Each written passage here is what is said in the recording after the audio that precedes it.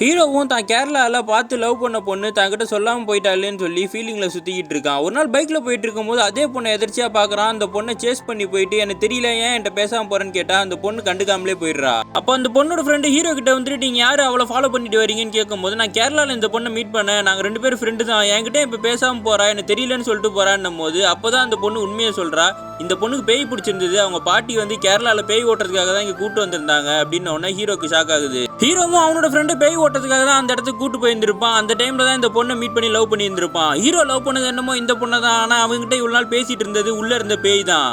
அப்போ ஊரில் நான் ஒரு பேயை தான் லவ் பண்ணிட்டு இருந்தேன் ஃப்ரெண்டு கிட்ட புலம்பிட்டு இருக்கும் போது இவனுக்கு ஒரு ஃபோன் கால் வருது. என்னன்னு பார்த்தா அந்த பேய் தான் இவனுக்கு ஃபோன் பண்ணுது. நீ தான் என்ன உயிருக்கு உயிராக லவ் பண்ணல, உன்னை பார்க்கறதுக்காக நான் நேரடியாகவே வந்துகிட்டு இருக்கேன்னு உடனே என்ன பண்ணுறேன்னு தெரியாமல் பதறிக்கிட்டு இருக்கான். இவன் வேலை செய்கிற ஆஃபீஸ்க்கே உங்களை தேடி ஒரு பொண்ணு வந்திருக்கான்னு உடனே ஹீரோவும் போய் எட்டி பார்த்தா இவன் லவ் பண்ண பொண்ணு தான் வந்து உட்காந்துருக்கா. இப்போ அந்த பொண்ணு நார்மலாக வந்திருக்காளா இல்லை பேயா வந்திருக்கான்ற குழப்பத்திலேயே இருக்கான்.